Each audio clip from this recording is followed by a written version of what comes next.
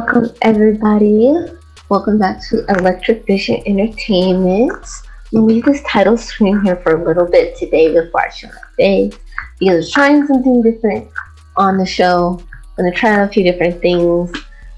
See how you guys like it. Definitely give me feedback as we go through this show. But I'm your host, Aleia Knight. I'm gonna switch over to you real quick so you can see me. So I'm your host, Aleia Knight, here on Electric Vision Entertainment. We're all about tech, thoughts, and thick hair. We talk about robotics here, we talk about electronics, we talk about programming, we talk about things developing in the world of technology. And so today on the show, we're going to try out a handful of different things. We're going to talk about some things we've been working on with the show. We're going to talk about the actual project we're doing this week. / last week / probably the next 1 or 2 weeks. Things keep going at this progress, as well as preluding to something we're going to be working on soon that I think we'll all be very excited about. I know I'm excited about it because I was about to stay up till like 4 a.m. building it last night, or starting building it, and I was like, no, let me wait. So before we get into all of that, thank you again for coming to the show. If you've been here before, we're going to do more new stuff. We're going to do more interesting tech things as we always do. If you're new to this show, then make sure that you follow us on Twitch, that you go back if you missed the show and watch our YouTube, that you follow on Instagram so you get updates about when the show is going live every Saturday at 2 p.m. Pacific, 5 p.m. Eastern, as well as other shows that we host on the channel, which may be focused more on things developing in technology. You can find Brian talking about Tech Topical, or new frameworks and tips and tricks to becoming a better coder. You find that on Yusuf or Yo-Yo's channel on Tuesday. We have all sorts of things here, so definitely make sure to follow us, to connect, be active in the chat. Tell us what things do and do not go right. With that being said, let's give you some updates about some things that's happening, just some quick ones. For one, as you see, the layout of the show is a little different today. The reason being, trying out some new software. That is the process of being a developer, whether you're working with robotics, hardware, software, anything. Part of being a developer is finding new technologies and integrating them, or developing new ones if you prefer to go that route. I prefer that route. So what we're going to try to do is to make this a bit more customized, to just make it more interactive, more fun, more appealing to you guys, more easy to use for me, and all sorts of things. So we're going to try out using a different software for doing the streaming. I threw this together. Well, I didn't throw the software together. The software is OBS. I didn't make OBS. But I just did some of the layouts and definitely had lots of help from Jordan, the voice of my ear, her make school, on how to get up and running on this. So definitely give me feedback in terms of what information you want to see, what color schemes, fonts, if things are too bright, if things need to be positioned in another place. Like, hit me with the feedback, and I'll see what I can do to integrate it. So that's step number one. Step number two, I've mentioned on the show, and I'm going to switch to my other camera so you can see it, because if I hold it up in front of my face, you probably won't be able to see it. So I've mentioned before on the show, I don't know if you're going to be able to see this actually, so big. I've mentioned before on the show some other robots that I wanted us to work on. We're going to have times where, again, we do more tutorials. We're going to learn soldering, schematic design, 3D printing, pen mapping, all sorts of things like that.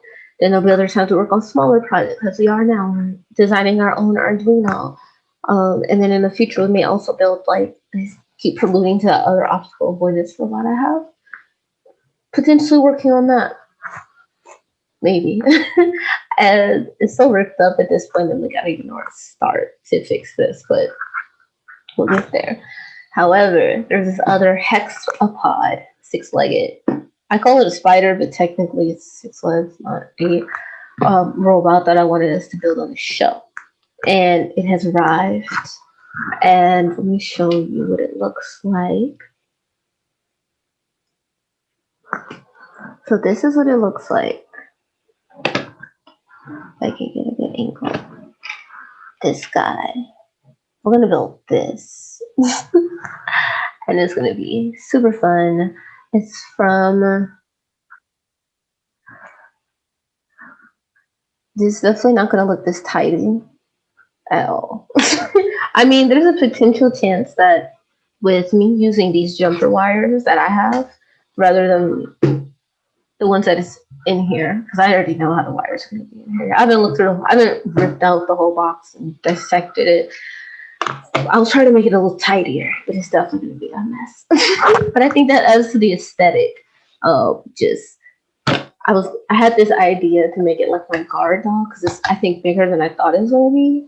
And so make it my guard dog and leave it on my porch, because it does have, I don't think all the features are listed on the box. Let's see real quick before I open the box. I'm just gonna do a little side thing real quick because I'm excited and I really want to build this. But I don't have all the features listed on the box, but I know like it has optical avoidance, it has video cameras built in, it has tilt sensors, recorders, all this. So it's like, I'm just making my guard dog and have this giant 6-legged robot on my porch just guarding my house. And I was like, no, it's gonna run away or someone's gonna take it. So I was like, I'm just get a cage, like a dog cage, and put it in there. And just have it like do really weird stuff. We're definitely gonna build it on the show. I don't know exactly when. It'll probably be the next project after we do finish up the Arduino. Which I guess it'll probably be 4 more weeks. So we still have to build it out on the breadboard, test to make sure it works, and then transition it over soldering wise into a proto board with the PCB. So that'll probably be another 2 weeks, I'm anticipating. But then after that, I'll probably get into building this guy. You see there's like structural body parts. But then the fun part is all of this. So you have like controllers for it. You have a bajillion and a half servo. Like, these are all of his joints, basically. So there's a lot of joints, but I mean, it makes sense. That's 6 legs. I'm assuming they're like 3 joints each, just off the top of my head of how spider legs function. 2 or 3 joints each, tons of screws and whatnot. So it'll probably end up happening, most likely, what I'll do is, for the sake of time, and this is the company that I got it from. For the sake of time, and me just being impatient about building this thing, to be quite honest, I will probably build a lot of the structure off camera, because it's more tedious. It's not as something to be really like taught so much as it is something that just, follow the instructions, put this screw here, put this screw there, tighten it up. And it's just monotonous doing it over and over and over to build the structure of it. I may capture certain points, and if I do, I'll record them, maybe I'll throw them in on the actual live show as clips. So I can say, hey, let's watch like 5 minutes of me doing a quick run through of how to build the robot structurally. But we'll probably focus a lot more on the show on how to do the electrical setup, doing all the wires and where they go, doing the power management, as well as setting up the software, because I forgot to show this before I switch. For that, I know we focus more so on Arduino in this show just because it's a microcontroller, it's an embedded system, so you talk straight from code to the device. But for this robot, for whatever reason, I think it's because it works over a network. When it does its video recordings and such, we're going to be using a Raspberry Pi instead. This is the Raspberry Pi 4. And the main difference, I haven't looked super in depth about Raspberry Pis. I'm still introductory myself to them. But the main difference is this is a whole computer. just like a laptop, just like a PC, whatever. This can run an entire operating system off of it. Versus an Arduino is just so you can talk to the machines. This can talk to machines as well as run networks, hold operating systems. You can put games on it if they're small enough they can handle them. So we're going to use this instead. This is why we have all of these external ports for like keyboard and mouse, and the screen.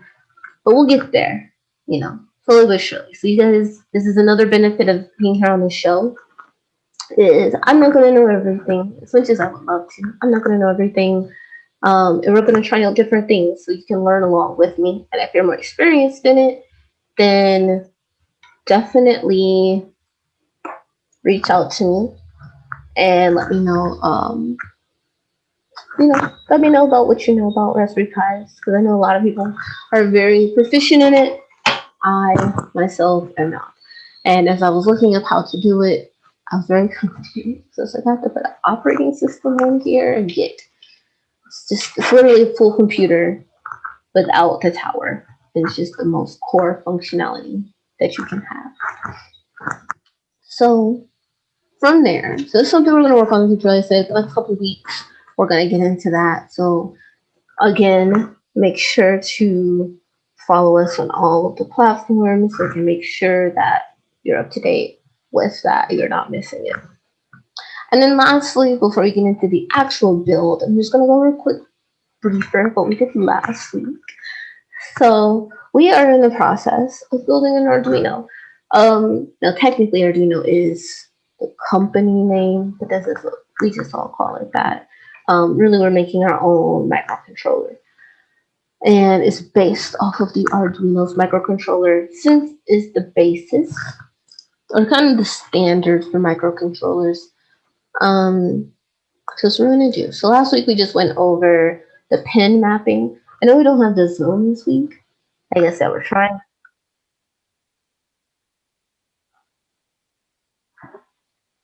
Yes, so we're going to try to do some edits live to see if we can get the zoom up for you guys.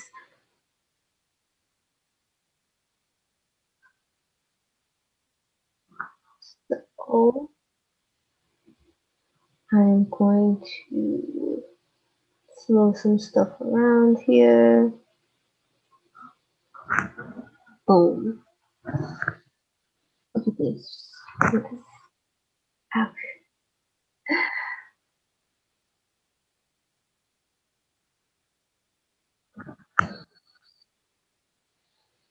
Cool.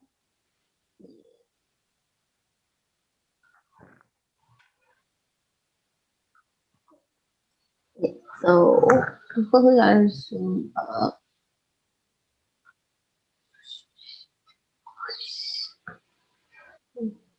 Oh, I know, I went too fast. I missed the whole circle.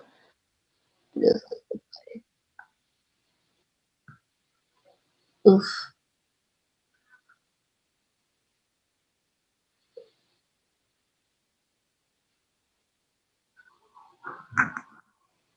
Cool. Everyone can see the zoom. Cool, cool. I'm gonna say yes. So I'm gonna put it approximately here. This one. Trial and error. It's all part of the debugging process. Cool. So let's get this down a bit. So have a little bit more speed. Alright. So we did last week. We worked on this. So I pulled up last week a schematic of what the Arduino is and explained what the integrated circuits are, the different parts. I have a whole new toolbox of which parts are we working. Yes, so 1 second. Let me switch into the other screen real quick, and I'm gonna try to adjust the lighting for you guys before I continue. Transition and see if I can dim the lighting just a little bit so you guys can see a bit better.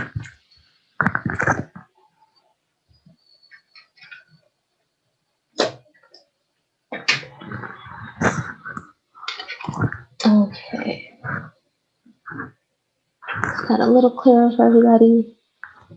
With positions. Okay, cool. Cool green. Now we're back. The beauties of a live show is live editing. So, like I said last week, we worked on this Arduino. We learned about integrated circuits. We learned about the different types. We didn't talk too much about all the different types. But like I said again, we're using the app make.sc. So you can always Google, pull up the pin map for it. That's what we're going to use as our basis for this. I'm probably not going to pull up our exact pin map today. And the reason being is just because, as I mentioned, you can pull up the, you can pull up the exact one. I'm going to put the name of the board or the schematic on the screen. That way, if you want to go look it up, you can. So I'm going to throw this in here for you guys real quick. Let me just throw it right in there. And then that way you can, if you want to look up, I forget my, the Zoom is right there. I'm going to put it right. Oh, you're good. It's good. I'll put it right there. So it's right under my name. All right. So if you guys want to go look that up, then you can see the pin map for the app make.sc, and that's the exact integrated circuit we're using. And you can also find different builds for this exact integrated circuit as well. So we got started just setting up a few small things. We set up top our power and ground, which is connected at the bottom actually, to either side. And then over here, this is our 5-volt regulator basically. It's going to control, when we get power in, we're probably going to set it to this 9-volt battery, most likely, once we get it up and running. Or we'll use computer power, however many volts that may be, depending on your computer. But we don't want to overload our circuit, as well as the fact that as we worked on other circuits before, a lot of our input of power was on VCC. And that was coming from our Arduino board, which I have a bunch of stuff everywhere. Actually, stuff's not everywhere. They're just organized differently. But on this Arduino, there's different indicators on the side. You can see these letters along each side, up and down. And we always tie ours into 5 volts. So that's what this whole area over here is for, is to control us only getting 5 volts into that area. And then over here with this LED, we just have a random LED at the moment set up. But basically, it's just going to be kind of a power indicator. When there's actually power, then it's like a reset button. When you hit reset, the power the light goes off, come back on, type thing. That's what this is going to be, so we know we have power. So that's kind of where we stopped last week in terms of building this. I did try to, I won't say clean it up all the way, but I did some rewiring to it because some of these wires were in the wrong places and it would have broke. And I'd rather not blow out circuits if we can. I mean, if it happens, it happens. It's not like, in TV shows, when you look at robotic stuff, it's always over dramatized, as most things on TV are, especially since they're cartoons half the time. So when a part blows up, it literally blows up. It doesn't usually happen in real life. It'll overheat, if anything, and then you might depending on what it is, a capacitor this big might pop or something like that. If it was a glass LED, it would pop, things like that. But if anything, they more so just give off a burning smell and then burn, which is not favorable, but it is what it is. Hopefully we don't get on the show, because I'm pretty sure we put everything so that it's set up properly. So that being said, before I continue, is there any questions from any of the chats about what we're doing, where we're going, what the goal is, anything like that before we continue? Otherwise, I'm gonna hop right in with my random weird chicken scratch notes. It's like the engineer. I was sitting here, I was like, I'm gonna just take real in-depth notes about this before we start the show so I can make sure everything goes well. You know, looking at it, I'm like, what is this chicken scratch? Is that right? But it's fine. As long as we can get it working, it doesn't matter. So, since there doesn't seem to be any questions going on in the chat, obviously, any point if I'm confusing you or you have questions, stop me, ask the questions, I'll answer the questions. Um, if you hear me say something that you're like, oh, I heard somebody talk about that last week, share it to your friends, tell them to come over here so they can ask questions. Because I'm always willing for people to stump me or to just like make me think of things outside the box. So if you have a question outside the box, ask. If you know somebody who will, send the video to them and tell them to come ask them. I'm ready. So we're gonna go ahead and move forward.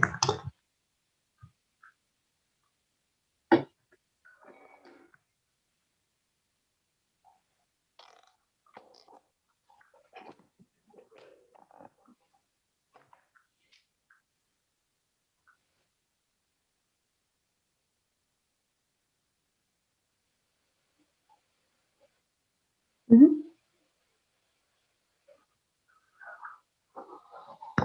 Cool. Active editing. That's fine. So, and again, as well as sorry, I'm like moving around a lot. I got this new toolbox. If you follow me on Instagram, you follow me on toolbox. I'm not gonna pull it out right now. You know, I'm tempted, but you're not gonna be able to see it with the way the angle of the camera set up. But it's giant toolbox like this big. And in the top it opens up so I can put my hardware, like chips, microcontrollers, and then the side so it's down. I can put like all these layers in. Anyway, it's nerdy.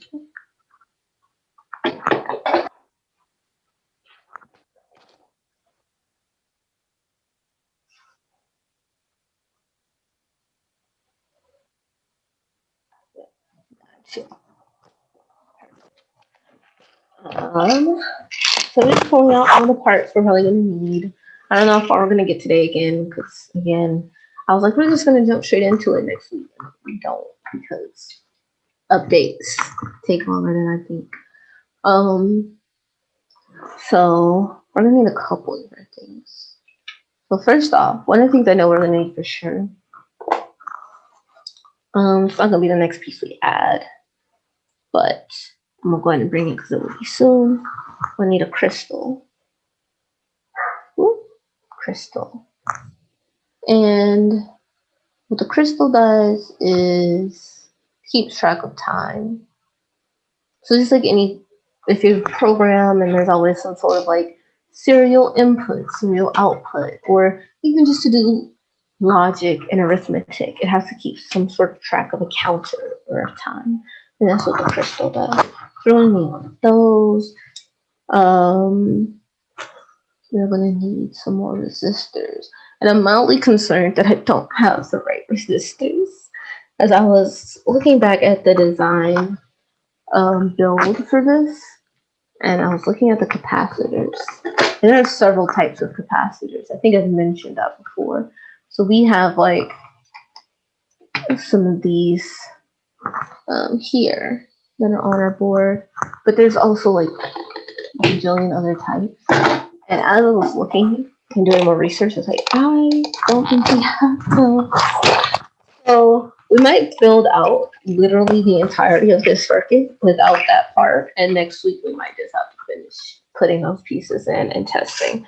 And if that's the case, like if we just need those last two pieces by next week and we test it and see if it's working, go ahead and solder. Soldering, like I said, doesn't usually take long. It's more so the positioning of the pieces than it is the actual soldering itself. Soldering itself is like it's done. It's just getting everything where we need it to go. So, make sure. Alright, so I'm going to try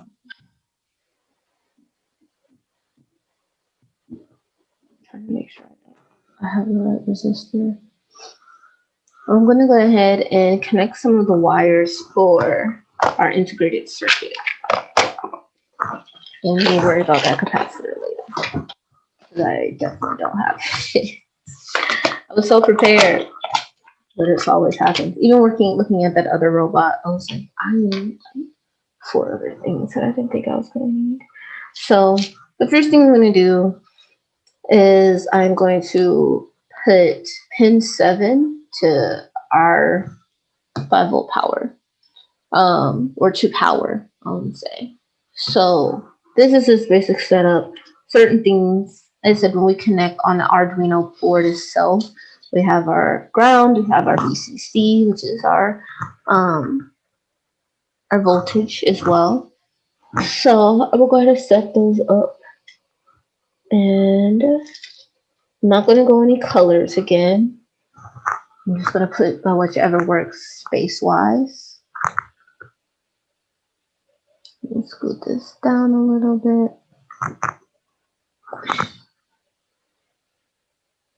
Somewhere in there. Okay. So pin 7. So we know that this is pin 1 up here. Or our pin 1 is on the left side of this notch.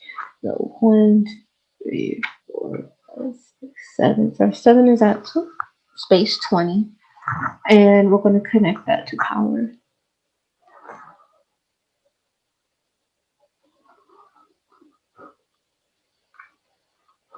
I usually really use tweezers in all honesty, but some breadboards are better than others. And I notice sometimes you'll have places where it'll easily go into the slot, like power and ground, and then over here it'll struggle. I literally broke a line over here earlier trying to redo it because it just wouldn't go where I wanted it to go. And then we're gonna have our pin 8 go to ground. And like I said, if you look at the Omega 328P, it'll show you on the pin map exactly why or where these places are and why they're going where they need to. And why they're going to specific locations. I am just going to put a gray one.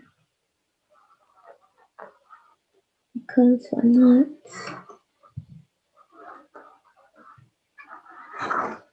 Okay. Make sure it shows up. Cool. So we got 7 to power, 8 to ground. Then on the other side, we're going to do similar. So we're going to put 22 to ground, 21 to power, and 20 to power. So I'm going to connect all of those up as well. See if maybe I can use red for power this time, since there's going to be 2 of them.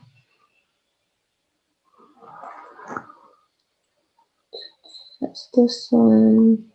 Send it to power.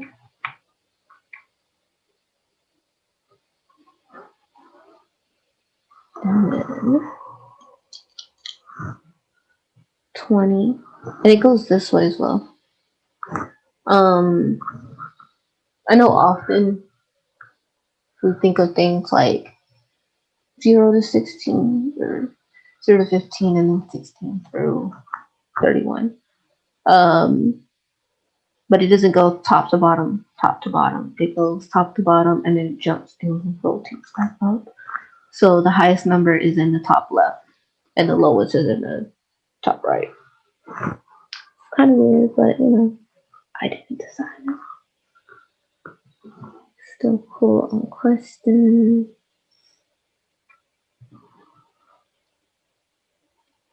Definitely. In the meantime, while I'm working on this, let me know if any of you have worked on any hardware like this before. Any tips, especially when it comes to breadboarding. Like, what kind of breadboard do you have? Where'd you get it? How do you deal with stuff like this where it just doesn't want to function with you the right way? Sometimes it be like that. Try to use gray again, and we're gonna put this one to ground. I might have to move this because I think there's going to be components in between. We'll see. We'll see. Okay, cool. This is our basic setup. Make sure it's fully in view before I go on. Any questions? So like I said, we're just following the pin map. I pulled it up last week, but this is our power and our ground. This would control the actual integrated circuit itself. Then we're going to go ahead and add this crystal. This is a 10 megahertz crystal. And we're going to put it between pins 9 and pin 10. It's going to cross between the two because they're going to communicate with each other. So we're going to go ahead and count. I don't know, 7.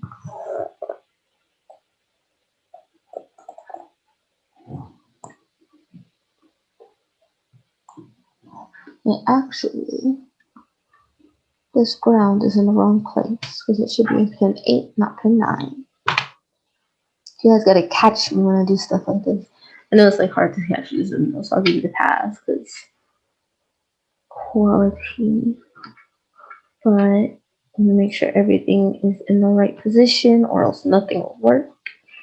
We'll jeopardize burning out our entire circuit.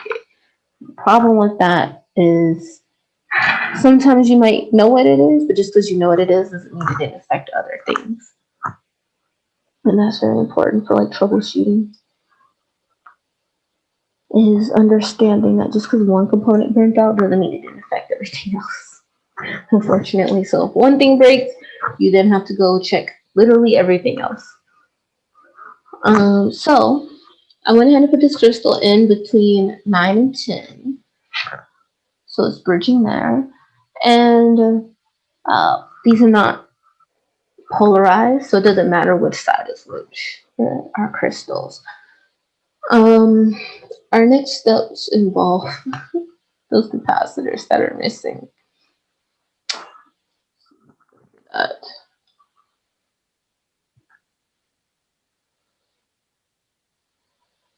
See.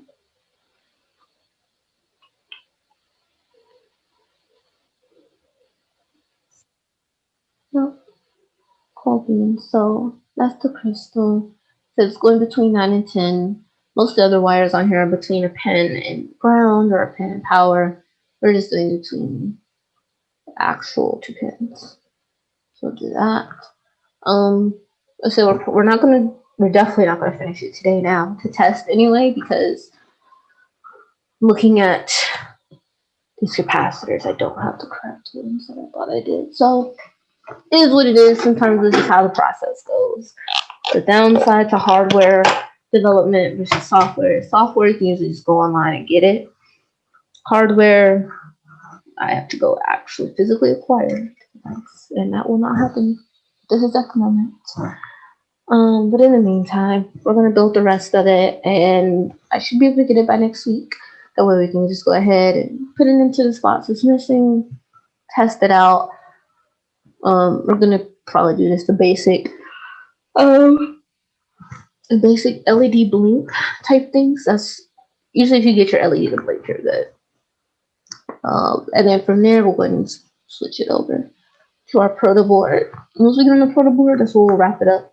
So we're probably not going to do a full-fledged PCB build. We're going on software and making it and then exporting it to a company. So just do this, and then I will bring on the other robot. Hopefully they'll have it hardware built by then, so we can focus on coding, because I definitely want to make sure that I show all sides of robotics. It's not just the electrical like we're doing now. It's not just the hardware. I'll probably do hardware stuff off camera anyway, because it's not super advanced. But we will focus a lot on the computer science side of things. I want to show the programming. If I do Arduino, it's usually in C or C-based languages. I don't know what Raspberry Pi is coded in, to be honest. So that's going to be completely new. But we'll definitely try different design strategies, different techniques of implementing code, just to see how things go. I need to throw this in here. Sorry. So I just have this 10K resistor. And I'll just throw it on here real quick between our 5 volts and our resets. So I'm just going to put it on our power, and then reset is pin 1. And that's almost standard across literally any electronics. If you get into electronics, you'll definitely hear pin 1 as a big thing all the time.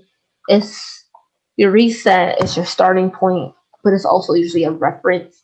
So for us, it's this notch up here to let us know that pin 1's going to be on this side and not on this side. But in other types where, just an example. Say I had a circuit like this, something really small. Say I had a circuit like this, well, something smaller.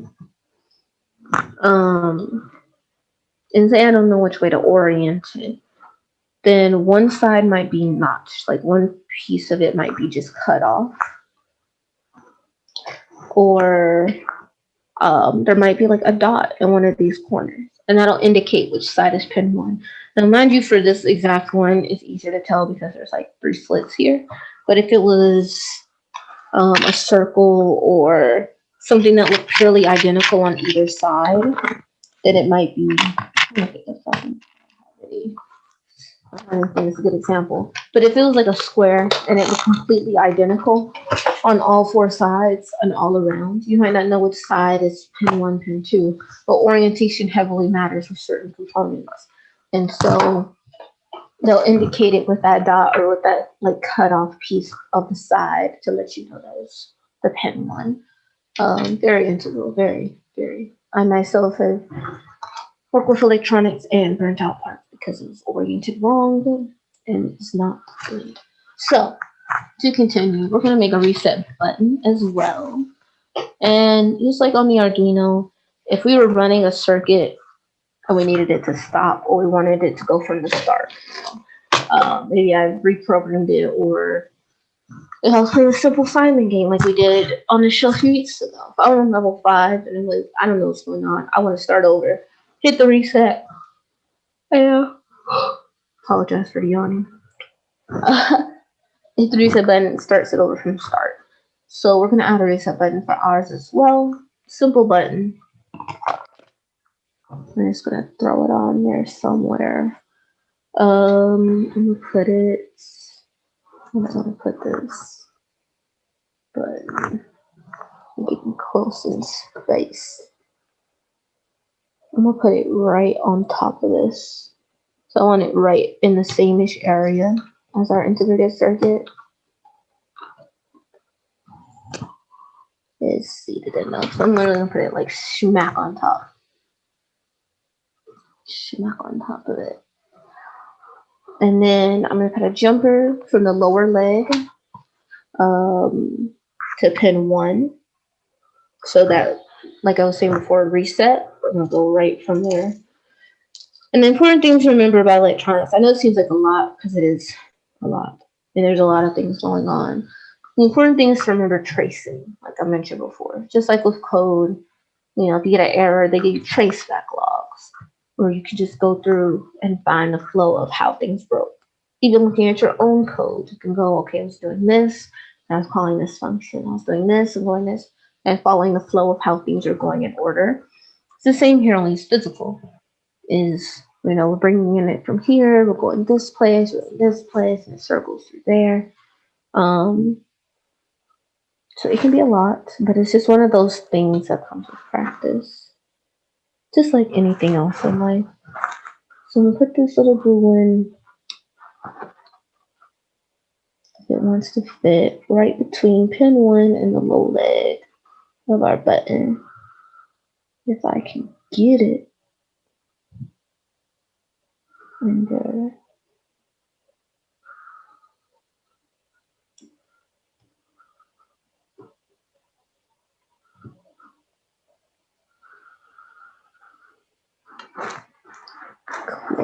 Alright, cool. Struggle.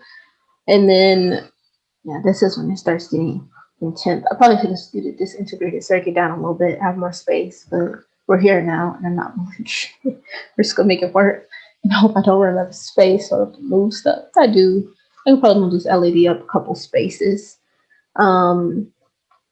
up here before it runs into this. Because the important thing here is don't overlap things that don't need to overlap. So, like I said, working with electricity, you don't want to have electricity go in the wrong places. So I can move this up maybe 2-3 spaces as long as it's not in the same row to make it interact with this other circuit over here in the corner. So really we have like 3 whole circuits going on. We have this one over here that's controlling 5 volts power. We have this independent LED, and then we have our actual main circuitry going on in the center. Cool. So we got that. So it's connected to that, and we need power, or we need ground, because it's going to get power from this. So we're going to go from the space nuts. We're going to go from the top leg to ground.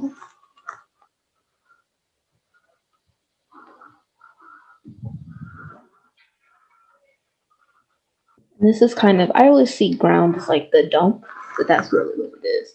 If you build houses, if you work with big electrical grids, you know, there's like giant metal poles outside in the ground that are connected to other things. And that's because a literal ground outside is your ground. It'll take the excess electricity and put it in the earth.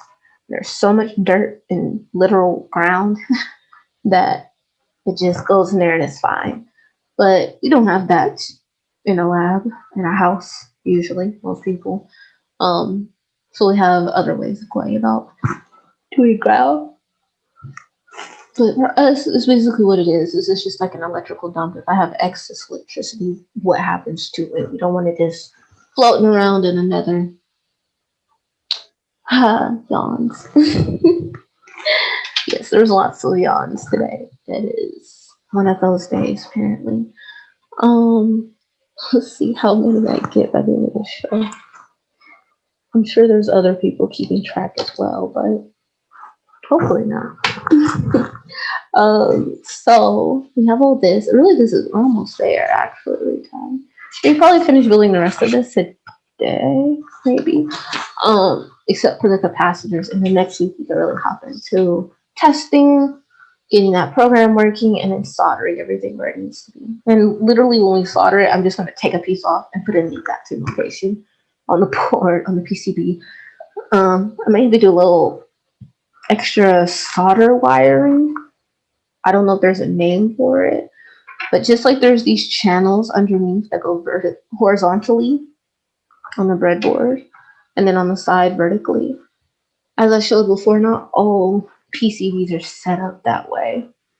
Some, all the holes are completely separate. Some, they're set up other ways. If that's the case, then we'll have to manually run them. So we'll have to get extra jumpers to connect things. It's not difficult. It's just extra work that we don't want to do if we don't have to. All right, so then we're going to add in the LED. I'm going to do a blue one this time. And it is going to be from, make sure I have everything right. Yeah, it's going to be way down here. I'm going to put it, this is our pin 13 LED. There's a built-in LED on the Arduino. That's just pin 13. Let's have the right side. And forget what its purpose is. It's basically like how I said we do the blink LED to test if it works. This is just a built-in one. It's just like if you want to test to see if it works with an LED, we're just going to go ahead and give you one built-in. And it's set to pin 13, which is usually why you'll see. If you, from looking at my previous shows of doing LEDs and other things, I don't set things to pin 13 because it's kind of already allocated for that. So we are going to go ahead and set that up. We're going to go, here's my notes. So how it's mapped is going to be, let's see if this is actually going to be pin 19. on our integrated circuit. So 19 is here.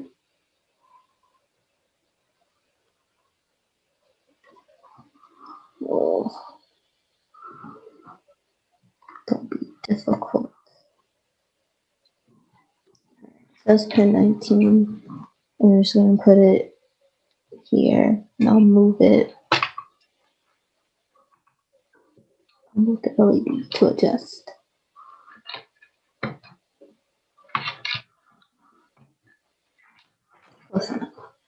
Alright. And it's going to go to our anode. So yeah, power coming in from our IC, our integrated circuit. It's going to go through from this pin all the way down here into our positive side, our anode, on our LED. And then our negative side, of course, as always, I'm sure you can guess, it's going to go to ground and hits the negative side, and it's our dump. Usually there's a resistor. I am going for a resistor, actually. Not a big one.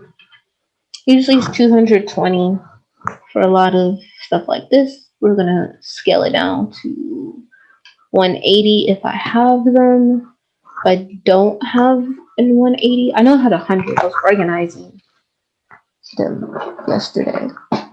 Kinda.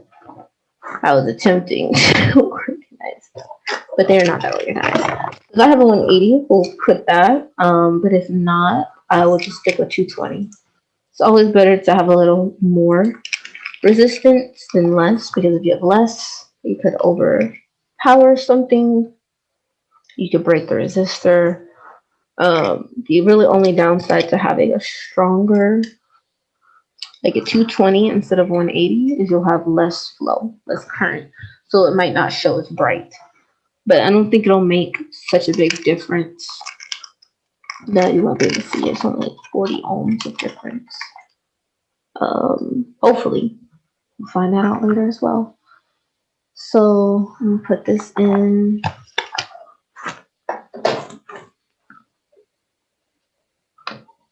have to adjust this a little. And I'll explain what I'm doing in a second.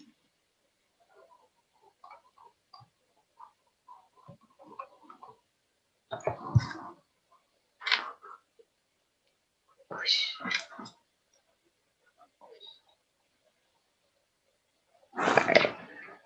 So I just did. And that was all type of moving around. So first off, I scooted over the negative, the cathode is what it's called, the negative side of something is a cathode. So if you ever hear me say anode is positive, cathode is negative. How I remember them, I don't know, but they're there. So I scooted it just over a few spaces to make room. And then I put this resistor in. So I wanted to go all the way through the resistor. So one side is just a little closer to the cathode, and then it's going to go through resistor, back down, and then it's going to go out to ground. So I wanted to make sure I put the resistor in between ground and LED to make sure the flow, the current flow is going through it. So that's really what that was. Just making a little space. Otherwise, not sure I would have did that. It's really the only option I had at the moment. Cool beans. And let's see what else we have. Hold on, almost there.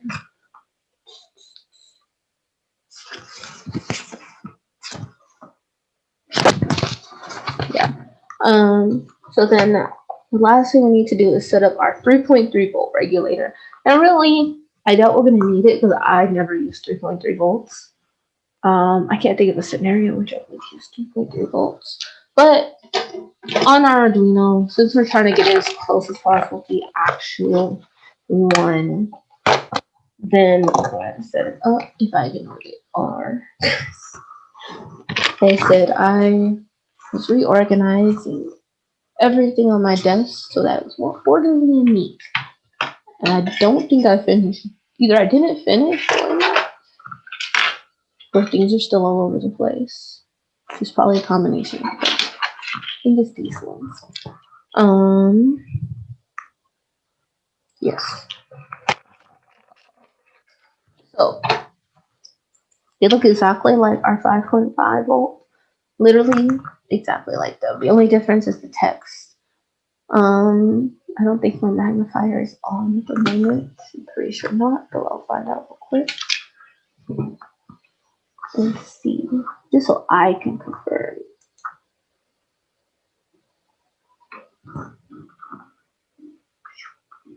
The camera too much because I know it's trying to slide around.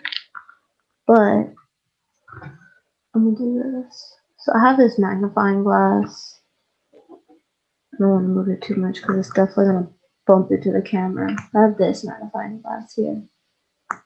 I'm just gonna use it real quick to just verify that it's 3.2 volts. Yeah. Okay.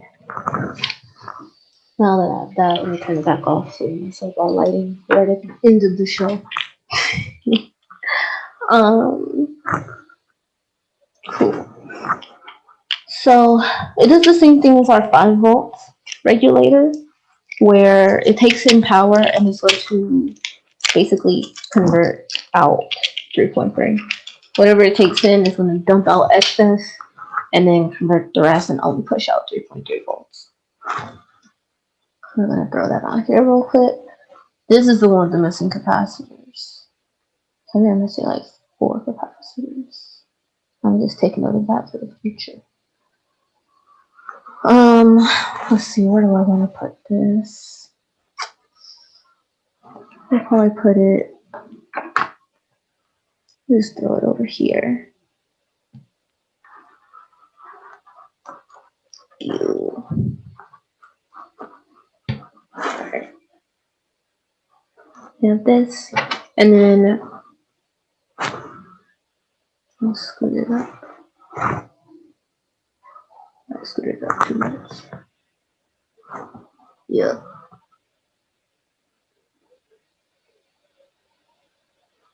Cool. Alright. So our left side, if it's facing you, where the metal side is facing away from you. Your left side is your input voltage. Your right side, which is pin 3, is your output voltage. So that's just going to be putting out the 3.3 volts. And then center is ground. So that's how we're going to set this up. Is we're going to go ahead and do this and we'll wrap it up. I believe after this we'll be done for today because I don't have the other capacitors for us to set those up. So we're just going to do it this way. So I'm gonna put that backwards. Yeah, that's how it's set up.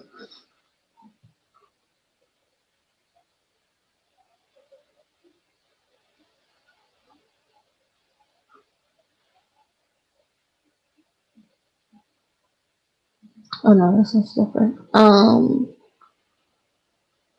So I got that mixed up. This one, the ground is actually first, which is odd because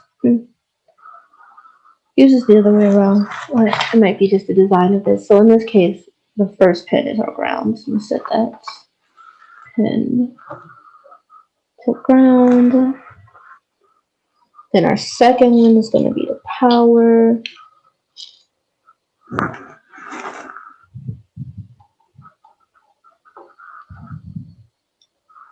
And that's our input power. And then the last one is our output to 3.3 volts. Since we have nothing we're connecting it to at the moment, I'm just going to throw it off to the side. Like, I'm literally just going to like put it over here. And I'll show you that again up close in a second and explain it.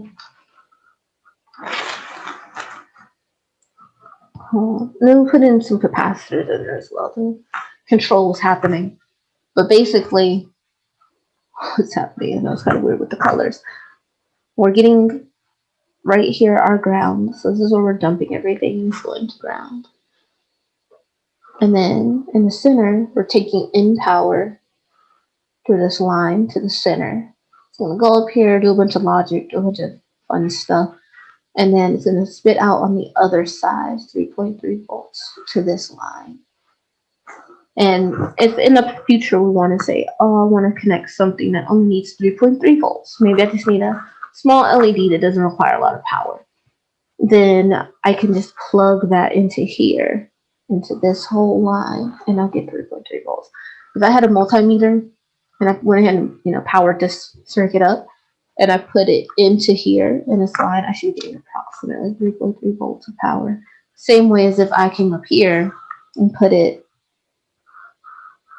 up here, this very first row, then it should be spitting out 5 volts of power.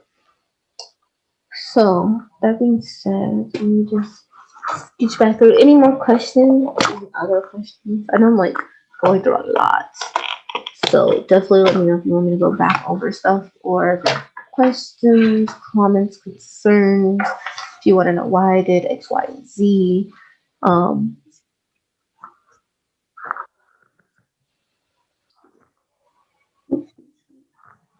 There.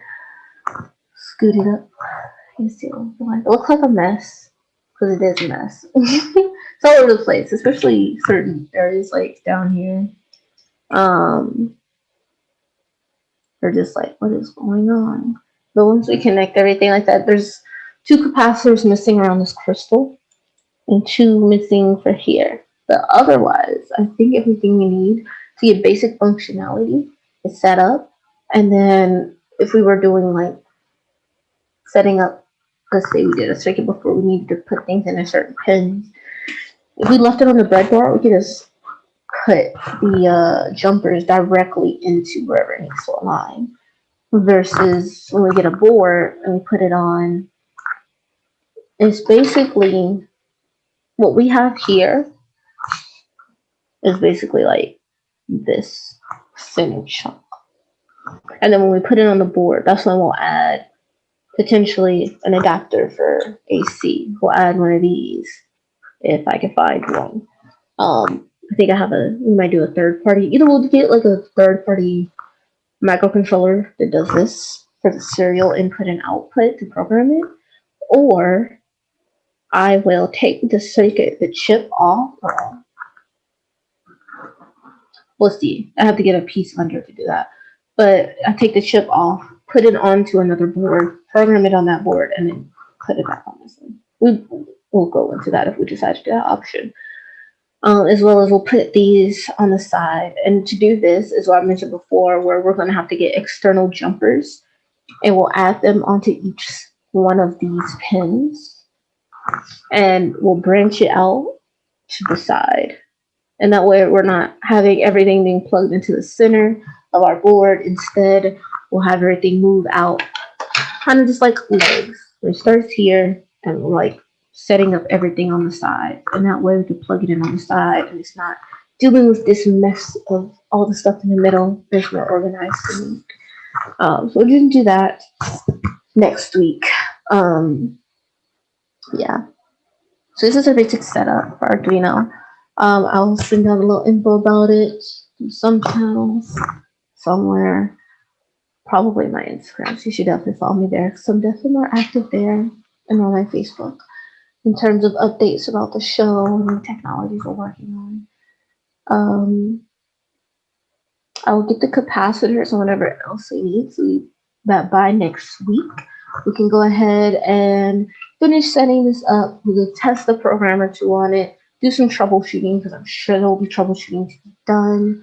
And then if that works and we have the allotted time, we can go ahead and transfer it over to our proto board and just be off the races. And we will have completed creating our handmade Arduino, at which point I will also put out tutorials on how to do it. So if you didn't catch all the shows, or if you have questions and you go at your own pace, I'll put that full tutorial out in terms of what goes where, and pictures and testing and all that fun stuff. So yeah, so we don't have any other questions. I implore and invite you to stick around for the next hour, 2 hours, because Ryan will be coming after me. He's going to be doing tech topical. So whereas here, we focus, like I said, on the hardware. If you're more into news or tech or new technologies or just the things that are happening in the technology world, then you can definitely watch his show, and he goes a lot more into that.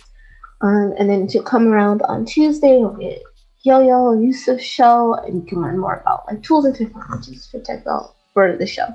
Otherwise, I will see you all next week. Make sure to follow us here so you can get the alert and notification when we have our next show, and just stay up to date. Have fun building new technologies. Reach out to me about other robots that you find that you want me to get so I can build them on the show, because I'm always down. And have a splendid rest of your Saturday, everybody. Bye.